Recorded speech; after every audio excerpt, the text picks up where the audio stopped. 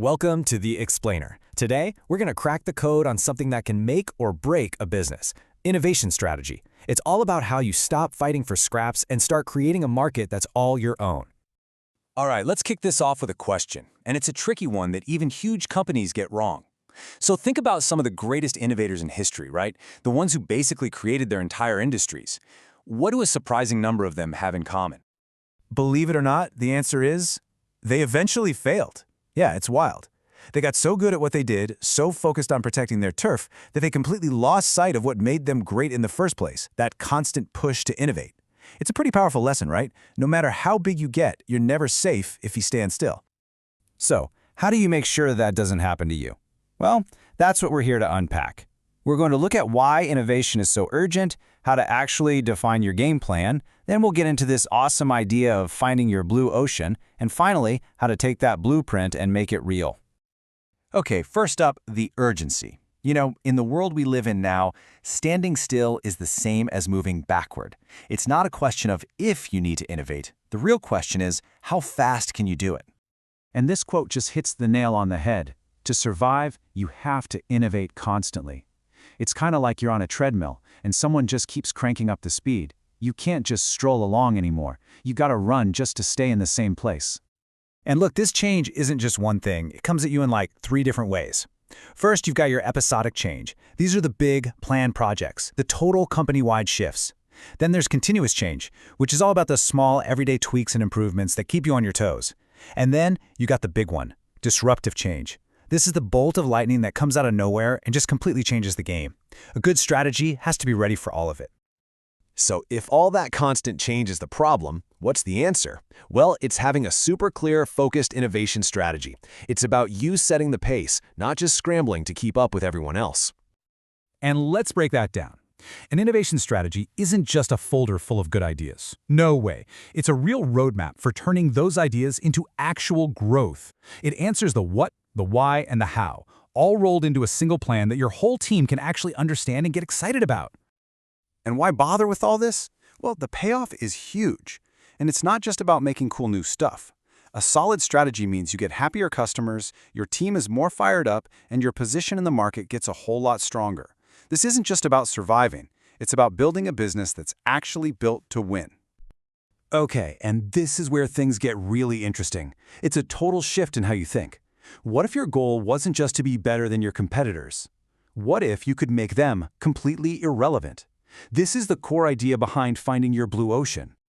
And that brings us to this amazing metaphor. Just think about it. The business world has 2 kinds of spaces. You've got red oceans and blue oceans.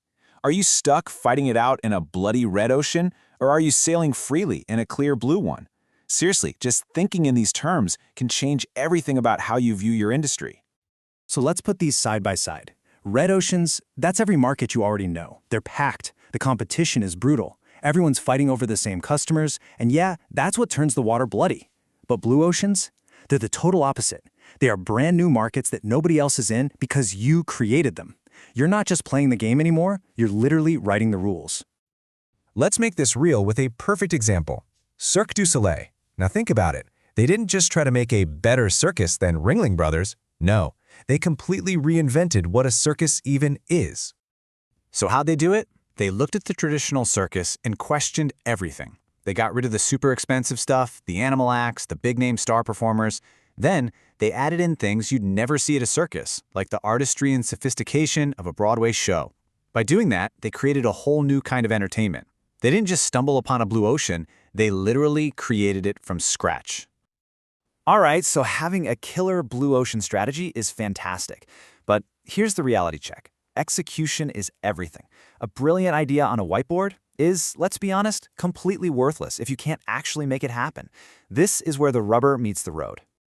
You know, for any big change to actually work, you really need 5 things to line up perfectly. It all starts with the ideas and creativity, of course. But that idea has to solve a clear need for someone. Then you need leadership to make the decision to adopt it, to say, yes, we're doing this. After that, you need a solid plan for implementation. And finally, you absolutely must have the resources, the money, the people, the time to pull it off. You miss even one of those, and the whole thing could just fall apart. But that leads to the million-dollar question, right? If we have the recipe for success, Why do so many amazing strategies just fail?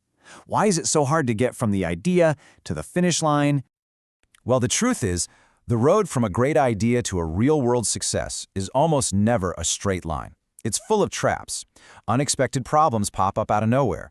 Different teams aren't talking to each other. A sudden crisis happens and poof, all attention goes somewhere else.